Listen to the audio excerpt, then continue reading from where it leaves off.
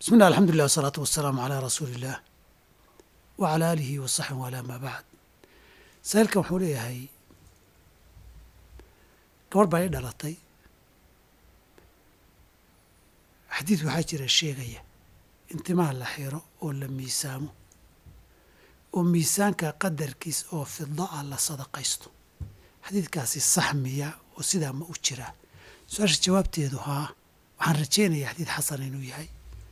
imaamu tirmidi iyo keyrkiina ay wariyeen waxaan filayaa xasuusteeda haddaynan ikhiyaamin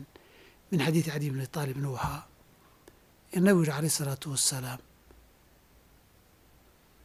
in la sadaqaysto haddaba haddii la xiro timahaas qadarka miisaankooda oo kaleeta ah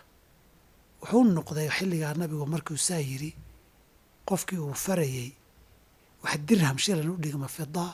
ama nuski ama qayb ka mida u dhigma adu intii ay noqotaba ciyaalku way kala timo badnaan karaan waana kala timo cuslaan karaane inaad sadaqaysato xadiidka xadiid xasana weeye in sha allahu tacaala xadiid xasana weeye markii la yidhahdo culamada qaar ka hadasha la waayi maayo oo sugnaanshihiisa wax ka sheegta wabilahi towfiiq